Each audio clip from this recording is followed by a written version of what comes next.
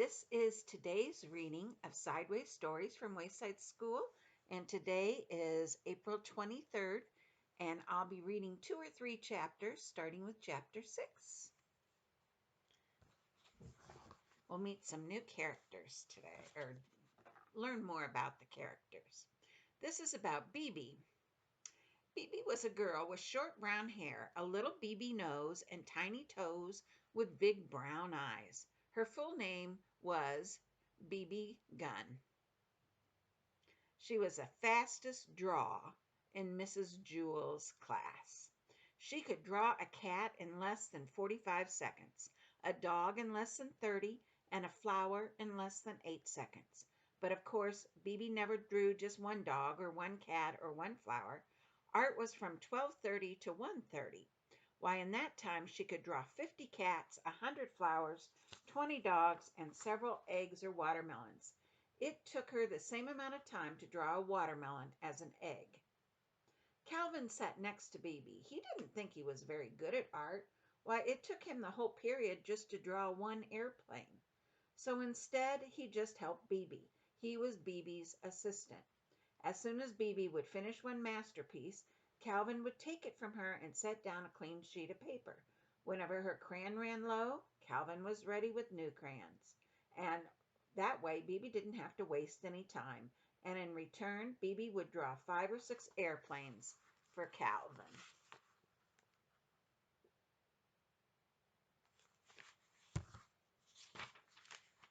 It was 12:30, time for art. Bibi was ready. On her desk was a sheet of yellow construction paper. In her hand was a green crayon. Calvin was ready. He held a stack of paper and a box of crayons. "Ready, Bibi," said Calvin. "Ready, Calvin," said Bibi. "Okay," said Mrs. Jewels, "time for art." She had hardly finished her sentence when Bibi had already drawn a picture of a leaf. Calvin took it from her and put down another piece of paper. "Red," called Bibi. Calvin handed Bibi a red crayon. "Blue," called Bibi. He gave her a blue crayon. They were quite a pair. Their teamwork was remarkable. Bibi drew pictures as fast as Calvin could pick up the old paper and set down the new. A fish, an apple, 3 cherries, bing, bing, bing. At 1:30, Mrs. Jewels announced, "Okay, class, art is over." Bibi dropped her crayon and fell over on her chair. Calvin sighed and leaned back on his chair. He could hardly move. They had broken their old record. Bibi had drawn 378 pictures. They lay in a pile on Calvin's desk. Mrs. Jewels walked by. "Calvin, did you draw these pictures?" Calvin laughed. "No, I can't draw. Bibi drew them all." "Well then, what did you draw?" asked Mrs. Jewels. "I didn't draw anything," said Calvin. "Why not? Don't you like art?" asked Mrs. Jewels. "I love art," said Calvin, "and that's why I didn't draw anything." Mrs. Jewels did not understand. "It would have taken me the whole period just to draw one picture," said Calvin, "and Bibi would only have been able to draw 100 pictures. But with the 2 of us working together, she was able to draw 378 pictures. That's a lot more art." Bibi and Calvin shook hands. "No," said Mrs. Jewels, "that isn't how you measure art. It isn't how many pictures you have, but how good the pictures are. Why, a person could spend his whole life just drawing one picture of a cat. In that time, I'm sure Bibi could draw 1,000,000 cats." 2,000,000, said Bibi. Mrs. Jewels continued, "But if that one picture is better than each of Bibi's 2,000,000, then that person has produced more art than Bibi." Bibi looked like she was going to cry. She picked up all the pictures from Calvin's desk and threw them in the garbage. Then she ran from the room.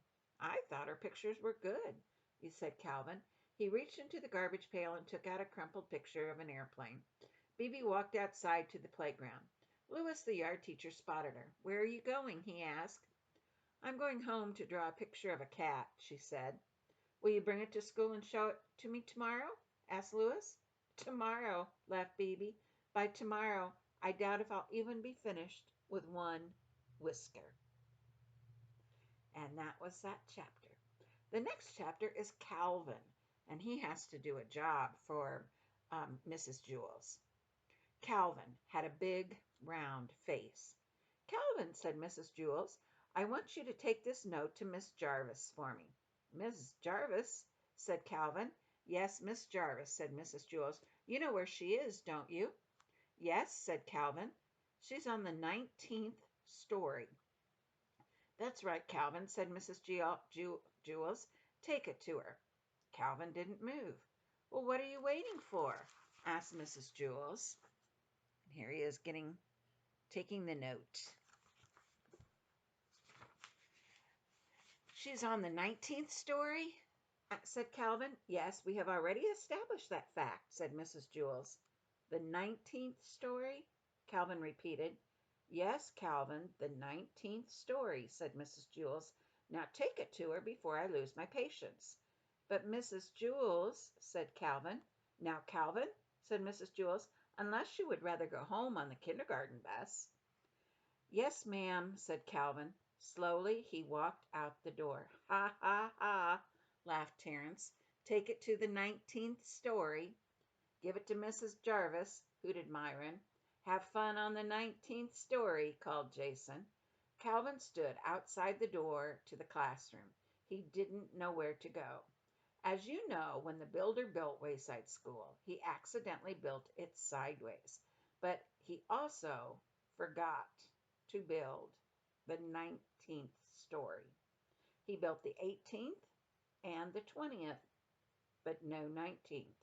He said he was very sorry. So there was also no Mrs. Jarvis. Miss Jarvis taught the class on the 19th story. Since there was no 19th story, there was no Mrs. Jarvis. And besides that, as if Calvin didn't have enough problems, there was no note. Mrs. Jules had never given Calvin the note. Boy, this is just great, thought Calvin, just great. I'm supposed to take a note and I don't have a teacher. I don't have a teacher who doesn't exist and who teaches on a story that was never built. He didn't know what to do. He walked down to the 18th story, then back up to the 20th, then back down to the 18th and back up to the 20th. There was no 19th story. There never was a 19th story. So he walked down to the administration office. He decided to put the note in Mrs. Jarvis's mailbox, but there wasn't one of those either. That didn't bother Calvin too much, however, since he didn't have a note. He looked out the window and saw Louis, the yard teacher, shooting baskets. Louis will know what to do, he thought, and Calvin went outside. Hey, Louis, Calvin called. Hi, Calvin, said Louis. He tossed him the basketball. Calvin dribbled up and took a shot. He missed. Louis tipped it in. Do you want to play a game? Louis asked. I don't have time, said Calvin. I have to deliver a note to Mrs. Jarvis up on the 19th story. What are you doing all the way down here? Louis asked. There is no 19th story, said Calvin. Then where is Mrs. Jarvis? Asked Louis. There is no Mrs. Jarvis, said Calvin. What are you going to do with the note? Asked Louis. There is no note, said Calvin. I understand, said Louis. That's good, said Calvin, because I sure don't. It's very simple, said Louis. You are not supposed to take no notes to no teacher. You already haven't done it. Calvin still didn't understand. I'll just have to tell Mrs. Jules that I couldn't deliver the note, he said. That's good, said Louis. The truth is always best. Besides, I don't think I understand what I said either. Calvin walked back up the 30 flights of stairs to Mrs. Jules' class. Why, thank you very much, Calvin, said Mrs. Jules. Calvin said, but Mrs. Jules interrupted him. That was a very important note, and I'm glad I was able to count on you. Yes, but you see, said Calvin, you delivered the note to Mrs. Jarvis on the 19th story? Asked Jason. How did you do it? What do you mean, how did he do it? Asked Mrs. Jules. He gave Miss Jarvis the note. Some people, Jason, are responsible. But you see, Mrs. Jules, said Calvin. The note was very important, said Mrs. Jules. I told Mrs. Jarvis not to meet me for lunch. Don't worry, said Calvin. She won't. Good, said Mrs. Jules. I have a coffee can full of Tootsie Roll Pops on my desk. You may help yourself to one for being such a good messenger. Thanks, said Calvin, but really, it was nothing. And that's where I'll stop for today.